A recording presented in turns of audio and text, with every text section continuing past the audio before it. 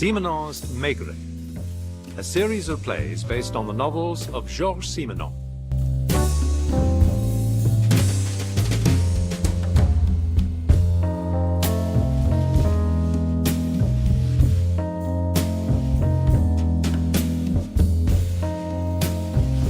Georges, you've forgotten.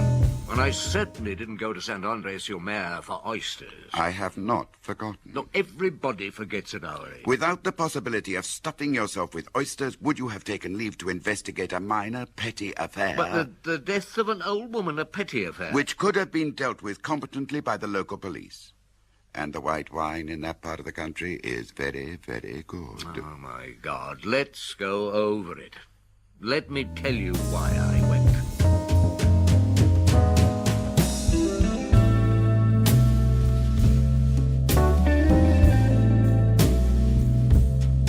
Maurice Denham as Jules Maigret and Michael Gough as Georges Simenon in Maigret Goes to School.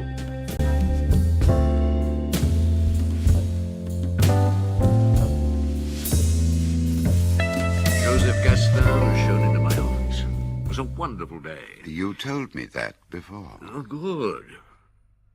Now, he was a grey-faced man with unnaturally bright eyes. He was in quite a state. For some reason, he expected me to know why he was there. So they must be thinking I ran away. But if I were guilty, I wouldn't be here now. I don't follow you. Guilty of... Guilty of killing Léonie Birard. That's why I've come to you. I've read a lot about you. I know that you were born in the country. You'll understand these people. Although I've lived there for 7 years, I'm the schoolmaster. I'm from Paris, still an outsider. That's why they don't like me. You understand? Yes, I do. Now, this woman, Léonie Birard... She used to be the postmistress. Saint-André, that's the village I come from, is about 9 miles northwest of La Rochelle. You'll need to know the layout. As in most villages, the school is just behind the mairie. I live on the other side of the courtyard, and beyond the school playground there are gardens and the backs of several houses, including Léonie Birard's. She was 66. How do you know that? I'm secretary of the mairie, so I know everyone's exact age. She was a very unpleasant woman. In what way unpleasant? She hated everybody. Even her niece, who's married to Julien Cellier, the ironmonger, who is also the village policeman. When was she killed? It was on Tuesday. The police believe between 10 and 11 in the morning, but she wasn't discovered dead until early in the afternoon, about 2 o'clock, by Maria, a Polish woman who chars for her. We were in class at the time, and we heard her shrieks across the courtyard as she called for help. Did you go and help? No, I didn't leave the classroom. I didn't think it necessary. I saw people hurrying towards her house, and a few minutes later, Dr. Bressel's car. Some people are saying that I didn't go because I knew what they'd find. Well, please go on. Well, just as class was finishing, a police inspector from La Rochelle came to the school. He'd already questioned a number of people, and he told me that Mère Birard had been... killed with a .22 rifle. With a what? Yes, that is extraordinary, isn't it?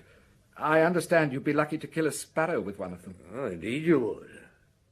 Do you own a weapon like that? No, but he'd been told that my son, Jean-Paul, did. He's 13. And quite a few of the other children have them, too. Unfortunately, Unfortunately? When he asked me where it was, I said it was in my son's room. We went over to my house. It wasn't in Jean-Paul's room. It was in my tool shed. It appeared with what I said later that I'd lied. What did you say later? He asked me if I'd left the classroom that morning. I said no. And you had? Yes, for about 10 minutes, just after the morning break. I'd answered without thinking. Well, that'd be between 10 and 11. Yes, somewhere around the time when it's assumed Léonie Birard was killed.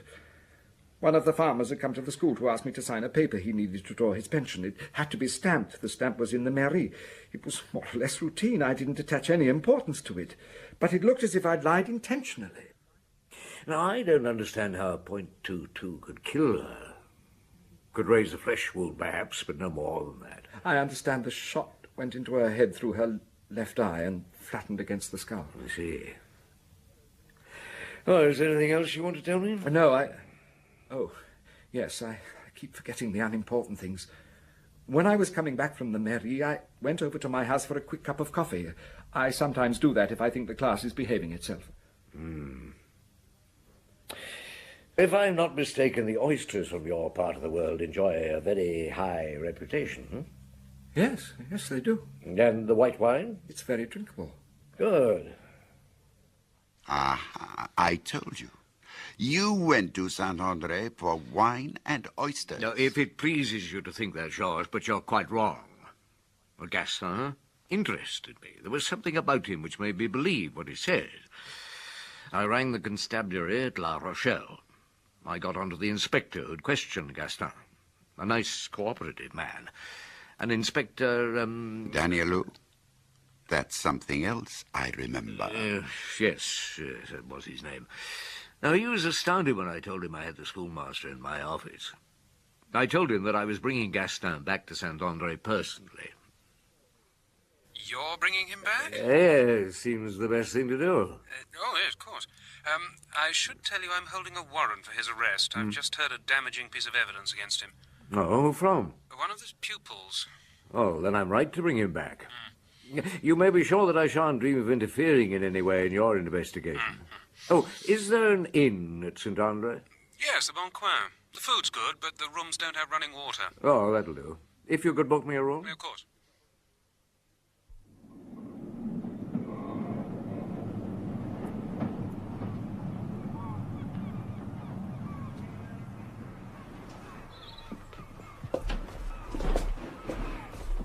Ah, delighted to see you, Chief Inspector. Thank you, Inspector.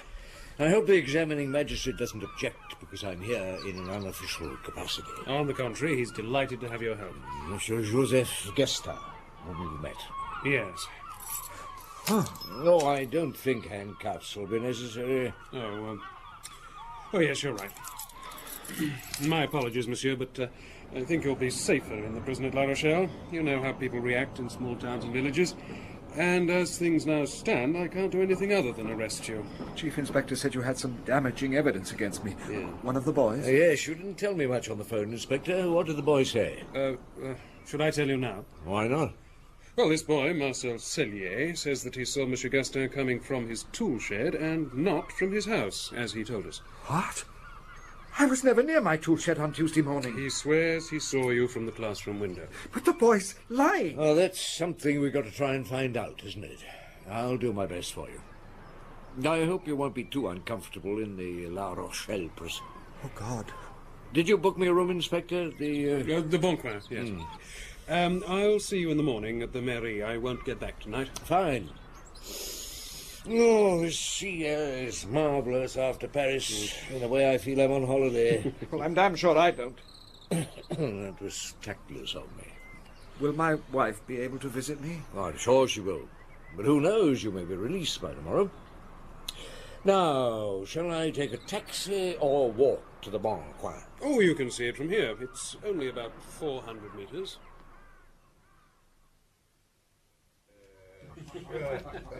Ah, famous inspector.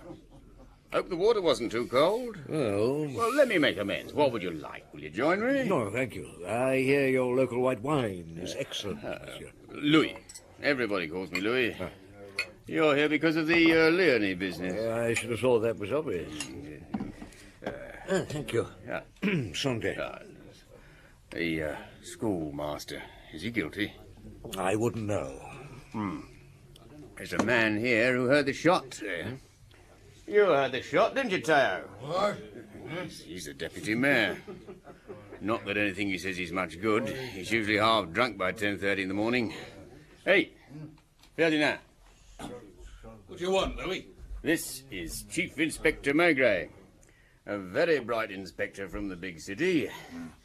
She's come to pin the murder of that hag on one of us. Nastiest bitch on earth. Ah, she isn't on earth now. She's the most unpleasant woman I've ever known.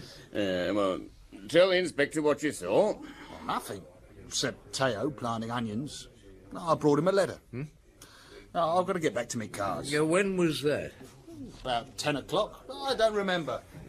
Sociable fellow. If Teo was planting onions, I'd be surprised. He keeps a keg of wine in his gardening shed. And when he says he's gardening, he's gone to tap the barrel. He's usually half cut by 10. And if he had seen anything, he probably wouldn't say so. Even if he saw someone firing the shot? All the more reason to keep quiet. Afraid you don't understand country people, Inspector. I was born in the country. Now, can I get something to eat? Oysters, perhaps? I'm afraid not. There's a neap tide, so nobody goes out for mussels or oysters. Yes, I do know that. Some fresh fish, perhaps. There's a splendid cook. Oh, well, yes, I'd prefer... And fish will go well with your white wine. Press? Fish for the Chief Inspector? Sorry about the oysters. I said I was born in the country. I hope I still understand village people. They're like a family. Joseph Gastin is... An outsider. Yes. You think he killed Leonie Birat? The villagers all want it to be him. And there's his wife. The villagers despise her. Oh, why? What has she done? Oh, nothing here. No, it was what happened in Courbevoie a few years ago. It appears that she and one of the local councillors, Monsieur Chevassou, having fun and games together, and Madame Chevassou found out about it and shot Madame Gastin in the shoulder. Madame Chevassou was acquitted. After that, the Gastins developed a hankering for country air and came here. And for that she's despised. Extraordinary. Thought you said you understood country people. Gastin's a cuckold. Though, mind you, he's not the only one. The village is full of them. Now, who stood to benefit from the old lady's death? Some charity, perhaps. They say she disinherited her niece when she married Cellier. Or the village policeman? That's right. Or perhaps the Char. Maria, the Polish woman, I don't know. Ah, your fish, Chief Inspector. Hope you enjoy it. I'm sure I shall. And you're right, the white wine is excellent. So you see, Georges, no oysters. But the fish was good. I arranged to be woken at 8 o'clock the next morning. The coffee was filthy, but relief was at hand. An hour or two later, I went round to see the village doctor. And he offered you a very good bottle of red wine at 10 o'clock in the morning. When you told me, I was appalled. You drink too much, Jules. We all do. Another glass, Chief Inspector. Oh, I'm not going to refuse. How did Madame Gastin get on with Leonie Birat? Oh, as far as I know, they never saw each other except through their windows. Leonie used to poke out her tongue at her now and then, as she did with everyone. A disgusting old woman. Yes, you're not a villager. You don't like them. Oh, don't be stupid. I love them. They're all crazy. And although I'm a townsman, I'm accepted. I'm happy here. Yeah, unlike Joseph Gastin. Oh, he's a pathetic man. He's always trying to do his best. It's an odd remark. Oh, it seems reasonable to me. Do-gooders are such boring people. And there's his wife, an insignificant little woman. That affair in Courbevoie was the one moment of passion in her life. Do you think her affair has anything to do with the death of Leonie Birat? Oh, now you're the detective, not me. Now, I have an exceptional little wine in my private bin. So I went to see Madame Gastin. She was, as Dr. Bressel suggested, an insignificant little woman. And she was riddled with guilt. I blame myself for what happened. If it hadn't been for... For what happened in Courbevoie? You know about it? Everybody knows about it, Madame. Oh, I've ruined his life. I'm doing my best to make up for it. I try so hard. Joseph's an exceptional man. People thought so well of him in Courbevoie. But because of me, we had to come here. For the first few years, it seemed as if everything would be all right. And then they found out about... How did they find out? That dreadful old woman, I suppose. She spied on everybody, opened our mail, talked. Did your husband have any arguments with her? Oh, quite often.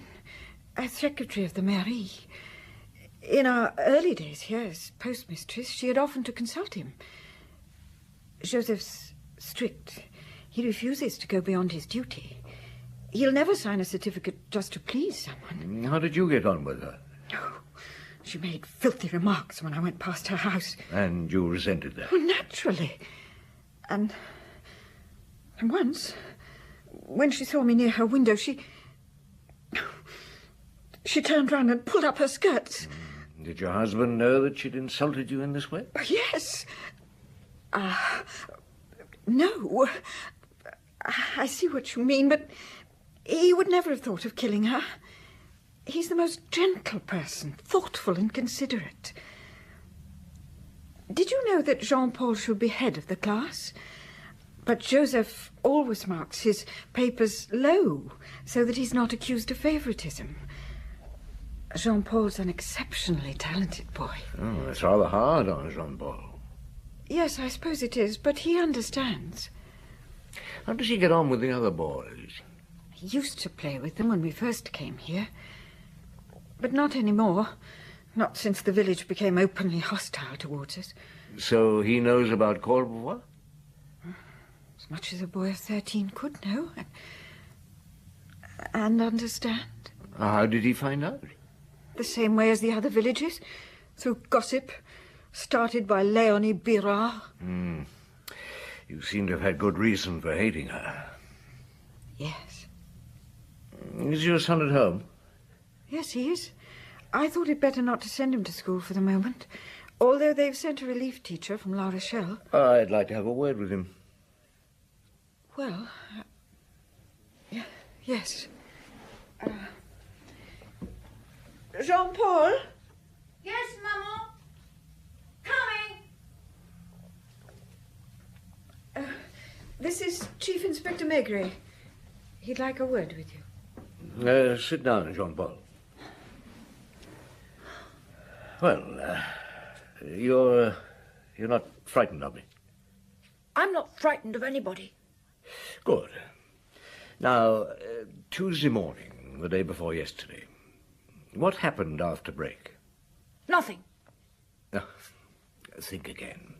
Your father left the schoolroom just after break. Did he come here? I don't know. And one of your school friends said he did. I haven't any friends. Haven't you? I'm the schoolmaster's son. Jean-Paul, I know your father left the classroom about 10:15. Did he come here? I don't know. When he leaves the classroom, do the boys begin jumping up, chattering, playing up? I don't know. Well, of course they do. All boys do. Then why did you ask, if you know? Who went to look out of the window? I don't know. Now listen to me, young man. You want your father to come out of prison, don't you? Yes. Yes, then perhaps you could try and be more helpful. Oh, you mustn't be angry with him, Chief Inspector. Yesterday he was questioned for over an hour. I don't know anything. I didn't see anything. I've nothing to tell you. 13, eh? It's quite an ordeal for a youngster. I should probably call again, Madame Gaston. I left the Gaston house and walked over to the mairie. Danielou was questioning the Polish Tsar. I listened. I didn't want to interfere. She had a baby in her arms. You say she promised to leave you all she had, including the house. Yes, she promised. Yeah. When did she give you this promise? I don't know, a long time ago. After my second baby, I think. How many children have you? 5. 2 at school, is a baby here and 2 at home. Who's looking after them? Nobody. No! No, shut up or I smack you! Yeah. Did Léonie Birard sign a paper about you? I don't know. Why do you think she made you such a promise? Maybe to annoy her niece when she married Monsieur Cellier. She was furious about it. Monsieur Cellier was going to summons her for throwing rubbish out of the window, throwing things at the people passing by. Cellier's the local policeman. Yes, so I understand. Smoke your famous pipe if you want to. Oh, perhaps not with the baby. Do you mind if I ask you a question, Maria? Is Theo, the deputy mayor, the father of one of your children? I don't know. He could be. I'm not sure. And he knew that the old lady had promised to leave you something in her will? Well, of course I told him. And he told me to ask her for a paper. And did you? Yes, but she said everything was arranged. I didn't find anything among her papers, Chief Inspector. I knew she'd cheat me. Oh, do be quiet. Now, would you say that she was hated? Hated enough for someone to kill her? Well, somebody must have think she's dead. Well, thank you, Maria. You've been very helpful. Now I think you should get back to your other children. Oh, I knew she'd cheat me. Now you can smoke your pipe. No paper, no will. I telephoned a solicitor in La Rochelle with whom Mademoiselle Bira deposited some securities. He told me she often talked of making a will, but hadn't done so. So, if nothing's found, her niece will get the lot. Looks like it. Here, you'd better have a glance at these. Not that they'll provide any clues, as far as I can see. I found them in her house. None of these are addressed to Leonie Bira. Some of them 10 or 12 years old. Heritage from her days as postmistress. It appears they were not always delivered. That's why she was detested by everyone in the village. She knew too much about them. Prying old busybody. Yeah. I see you've collected some .22s. Yes, I think I got them all. Not that it helps much. It's no use looking for identifying marks on the bullet which hit Leonie Bira. I know the bullet squashes flat when it hits anything, unlike bullets from more lethal weapons. My knowledge of a .22 is a bit rusty. They're not often used in Paris. But if I remember correctly, they fire two kinds of cartridges. Yeah, the long and the short. The long can hit its target over 150 metres. That was the kind used on Mademoiselle Bira. And to complicate matters, all these guns have been recently fired. Was it just an accident? Somebody taking a pot shot at a bird in one of the gardens? Or somebody just firing towards her to scare her. You see what I'm getting at? If she hadn't been hit in the eye, she'd be alive today. So murder implies... a crack shot. It's worth a thought. Oh, it's nearly lunchtime. Will you join me? No, I have to go into La Rochelle. But I'll be back this afternoon. You'll find me here if you want me. Will you be eating here, Chief Inspector? Therese is cooking a rabbit. Oh, it sounds fine. Piano, Louis. This is Chief Inspector Maigret. Marcelin. Marcelin Raptor, our butcher. So, it's you who's going to dig out a secret, is it? I'm trying. You try hard. If you find out anything, you'll deserve a medal. How's your boy getting on? Oh, the doctor says it's time he began to walk. That's easier said than done. Enjoy yourself, Inspector. What's the matter with his boy? Young Joseph? Oh, he was knocked down by a motorbike a month ago. Everything happens to Marcelin. Tough life. Sister in a sanatorium, 2 children stillborn. He drinks too much. He'll have swallowed half a bottle of Pernod before he's finished his round. He's not a bad chap, though. How long before lunch? Oh, about 50 minutes. I'll be back in time. I went over to the school. The children were just coming out for lunch. The relief teacher pointed out Marcel Cellier to me. We sat down under a tree. The smell of the sea so close was good. Tell me, Marcel, I suppose you've never told a lie. Oh, yes, sir, I have. But I've always confessed. Important lies? Pretty important. Would you give me an example? Oh, like the time I tore my trousers climbing a tree. I told my father that I'd cut him on a nail in Joseph Ratto's garden. He's my best friend. But you owned up in the end. Oh, yes, sir. I always do. The schoolmaster's son a friend of yours? No, sir. He doesn't seem to want friends. Maybe because his father's the teacher. Now, Tuesday morning, what happened after you got back to the classroom? Monsieur Gaston had to go over to the mairie. And you fool about while he's away, hmm? Oh, we throw rubbish and things at each other. Sometimes we pretend to fight. Now, as I understand it, you walked over to one of the windows overlooking the gardens and the courtyard, and you saw the schoolmaster going over to his tool shed. No, sir. He was walking away from his tool shed. I saw him shut the door behind him. Has my pipe made you cough? No. Now, will you confess that little lie? Well, it is a bit strong, sir. Well, I shall put it out. You're quite right, you know. I shouldn't pollute this fresh sea air. Do you play a great deal with the other boys? Not much, no. No, I know. I'm too fat. Now, Joseph Ratto is your best friend. He's the butcher's son, isn't he? The one who got knocked down by a motorbike. Yes. So he wasn't at school on the day of the crime? No, sir. You didn't like Leonie Bira?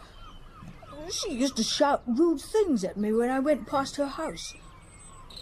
You didn't tell your father what you saw from the window until the Wednesday evening. Why not? I suppose I didn't think it important until then.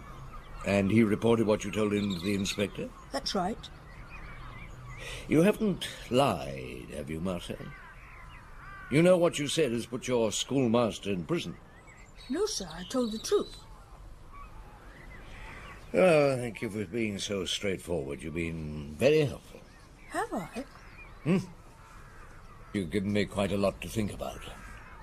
Now, I think it's time we both had our lunch. I'm hungry. Me too. What do you think of the rabbit? Absolutely first class. My compliments to Therese. Drop a mark to wash it down? Excellent idea. No, Doctor, won't you join me? A mark? Oh, thank you. 2 marks, Louis. Sit down, Doctor. Oh, well. What do you think about it? About what? About nothing. About everything. Do you think many of them think Gaston killed the old lady? About 1 in 10. What about the other 9/10? Whom do they suspect? The person they'd like to be guilty. Oh, God, they're marvellous. Yeah, thank you, Louis. Thank you. Would they let Gaston be convicted, knowing he was innocent? Without batting an eyelid. Now, I'd like to talk to you about that accident at the butcher's son. Oh, that can't have anything to do with Leonie's death. Although, oddly enough, it happened just near her house. Joseph's leg was broken in 2 places. Will his father get anything out of the insurance company? Oh, a fair amount, I should think. It seems it was the driver's fault. Do you think it was? Oh, well, it's not for me to decide. That's up to the insurance company. Dr. Bresser, you've got more to tell me. Now I understand what's meant by the 3rd degree. Okay, so I'll come clean. Marcelin's a sad case. If he goes on drinking, his will be the next funeral after our respected ex-postmistress. Well, the funeral's tomorrow, isn't it? Yes. The long and the short of it is, the driver was a local lad, and being insured, he had nothing to lose, so he took the blame. You made out the certificates, Of course. And made them out so that Marcelin would get the biggest possible compensation. Let's say I stressed the possibilities of complications. After all, when a cow dies around here of a sudden illness, the vet certifies it was an accident. So, unless I'm mistaken, Marcelin's boy might have been up for the past week or 2. Well, I haven't removed the plaster yet. He has to make a proper recovery. My good doctor, you're a scoundrel. No. It's just that I love 'em all. Well, I should like to have another drink with you. After lunch, I went back to the mairie. Inspector Danielou had got back from La Rochelle. He told me Gaston had been questioned extensively by the examining magistrate.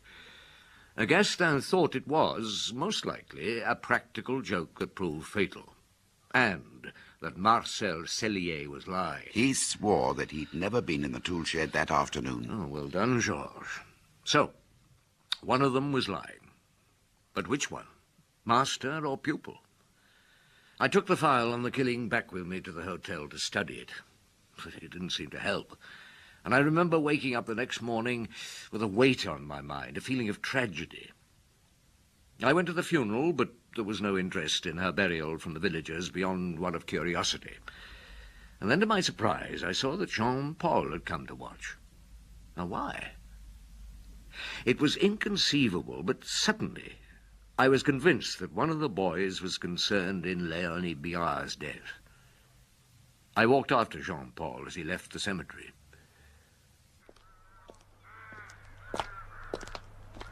Jean-Paul. Oh. I'll walk with you. Your mother didn't come to the funeral? No. Why did you come? I wanted to see. Why? I don't know. Why aren't you friends with Marcel? I'm not friends with anybody. Are you sorry your father's in prison? He didn't do it, you know. Suppose you knew something that would get him out of prison. Look, I'm only trying to understand. I know how difficult things are for you. Now, Marcel Cellier seems like a good boy, and he says he saw your father come out of the tool shed. He's telling a lie. Why do you say that? Because I saw my father cross the yard from the mairie and go into our house for his coffee, like he often did. Well, if you're telling the truth, why didn't you say this before? Because I'm the schoolmaster's son. They would have thought I... Yes, I understand. Now, you're quite sure about this? Yes. Because Marcel was at the window on the right. And you can't see the tool shed from there. What? He couldn't have seen my father. Ask the other boys. See if they remember. Now, come on, lad. Cheer up. Everything's going to be all right. We'll have your father out of prison before the end of the day. I've been to the school, Danielou, and I've checked the windows. Marcel Cellier lied, all right. But why? Yes, why? Does he think his father killed Léonie Biard? Was he trying to protect him from suspicion? It's possible. I've had the feeling, right from the beginning, that this is some children's business in which grown-ups have been mixed up by accident. Now, why did that boy lie? Perhaps he'll tell us the truth if we talk to him again. Oh, by the way, another .22 turned up. It belongs to Marcelin's son, Joseph. His mother brought it in earlier. She found it in their stable, said she'd forgotten about it when the villagers were asked to turn in their rifles. Oh.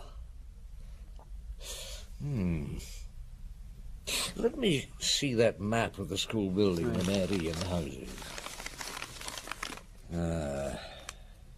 Now, this is where the Ratos live. That's right.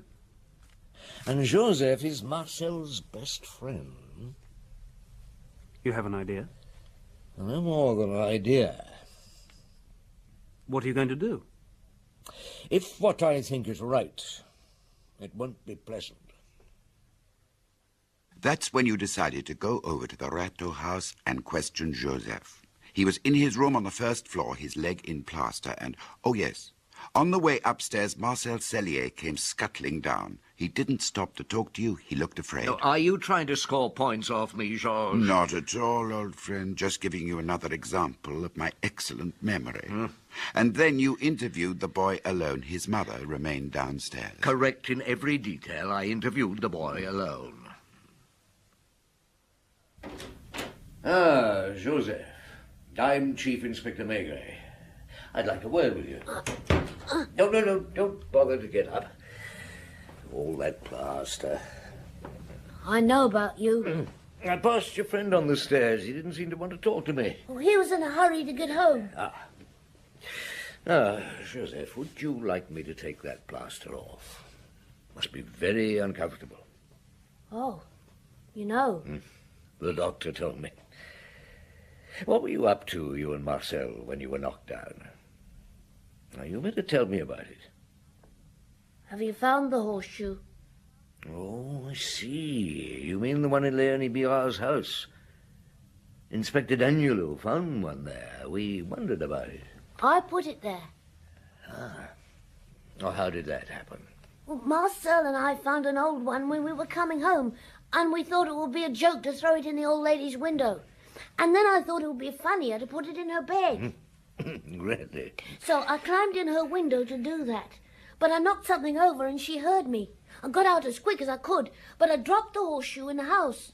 And I'd only run a few yards to join Marcel when zoom, I got run over. So, Mère Birard saw the accident? Yes, I know she did, because of afterwards. Oh, go on. They took me to the doctor and they gave me something to sleep. And when I woke up, my father was there. And he began talking about insurance. He said if I told what really happened, he wouldn't get any money. So when Marcel came to see me, I made him promise not to say we were fooling about. Well, you must have got bored staying up in this room all alone for nearly a month. Do you ever go over to the window? Well, I oughtn't to. In case somebody finds out you can walk. Are you going to tell the insurance people? No, it's none of my business. I can see the old lady's house from here. Did she ever see you at the window? Yes, she used to tease me by waving the horseshoe at me and poking out her tongue. So she knew the accident was your fault? Well, that's what I meant before. Otherwise, why should she do that? Did you tell your father? Yes, and wasn't he cross? He said I'd better keep quiet about it. He said we needed the insurance money. Why did Marcel come to see you just now? Well, he said he'd have to own up if they questioned him again. He'd been to confession. And he'll say that he saw you at the window just before the old lady was killed. Well, how did you know that? Yes, I was there, just looking out, and she was waving the horseshoe at me. And Marcel could see both your house and the other house from one of the schoolroom windows. Now tell me what exactly happened. Well, I've got to, have I? Yes. Well, I took my rifle. Do you usually keep your rifle in your bedroom? Yes. And I went back to the window. I wanted to scare her. I thought she'd tell the insurance people, and then Father wouldn't be able to buy a new van. And you fired the gun. Did you aim it? Well, I was aiming at the window. I wanted to break a pane of glass, that's all. Will they put me in prison for that? Boys of your age aren't sent to prison. Where was your father when you fired your shot? I think in the shop. Yet he didn't hear anything. Oh, well, when he's had a few, he... Now tell me, Joseph, your rifle was found in the stable. Who took it down there? I did. But you're not supposed to be able to walk. Oh, I forgot. It was my father. I asked him to take it down there. If this is true, why didn't you ever fire at the old lady before?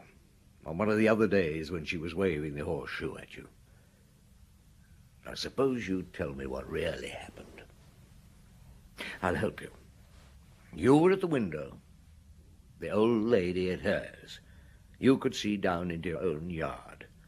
The stable door was open. Now, what was your father doing? He was quartering a lamb. Well, a moment ago you said he was in the shop. You're getting me confused. The rifle was not in your room. Now, from where your father was, he could see Leonie Birard waving the horseshoe. Isn't that right? Well, nobody could have told you that. Did you just guess it? And your father hated this monstrous old woman just as much as everyone else in the village. So, what I think happened next is that he went into the stable and came out carrying your gun. What will they do to him? That depends. It'll be better for him if you tell the truth. Will it? Really? Yes. Well, it all happened so quickly. He did have my gun, and he pointed it towards her house, and then he fired, and I heard him mutter, "That's one for you, you old louse." Did he aim carefully? No, he just lifted the gun to his shoulder and he fired. Anyway, it wouldn't do him any good to aim. He couldn't hit a bullock at 20 metres. Suppose it's because he drinks too much. And then? When he saw Mother Maigret fall down, he stood quite still for a moment, and then he ran into the stable with a gun. And when he come out, he was swinging at a bottle of... Pernod? He hides one there away from Maman. Well, then he staggered off. He must have gone to the Bon Coin, because he came home that night drunker than I've ever seen him. Now, Marcel lied because he thought it was you who fired the shot. Yes, we're friends. Well, that's all, lad. Some people have to grow up quicker than others. Will he go to prison? He only wanted to give her a fright. I know. I'll get the doctor to come round. I think it's time he took that plaster off. I went back to the mairie and collected Inspector Danielou. It was market day, so it seemed most likely that Marcelin would be at the Bon Coin. He was, and he was very, very drunk.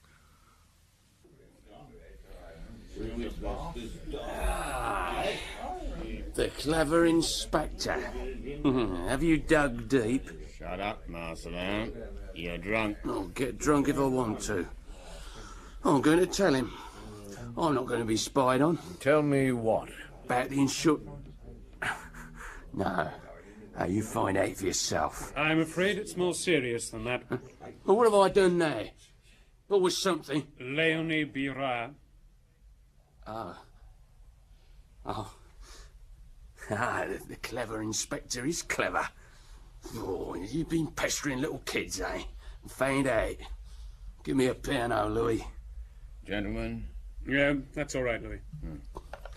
I'll pay for this one myself.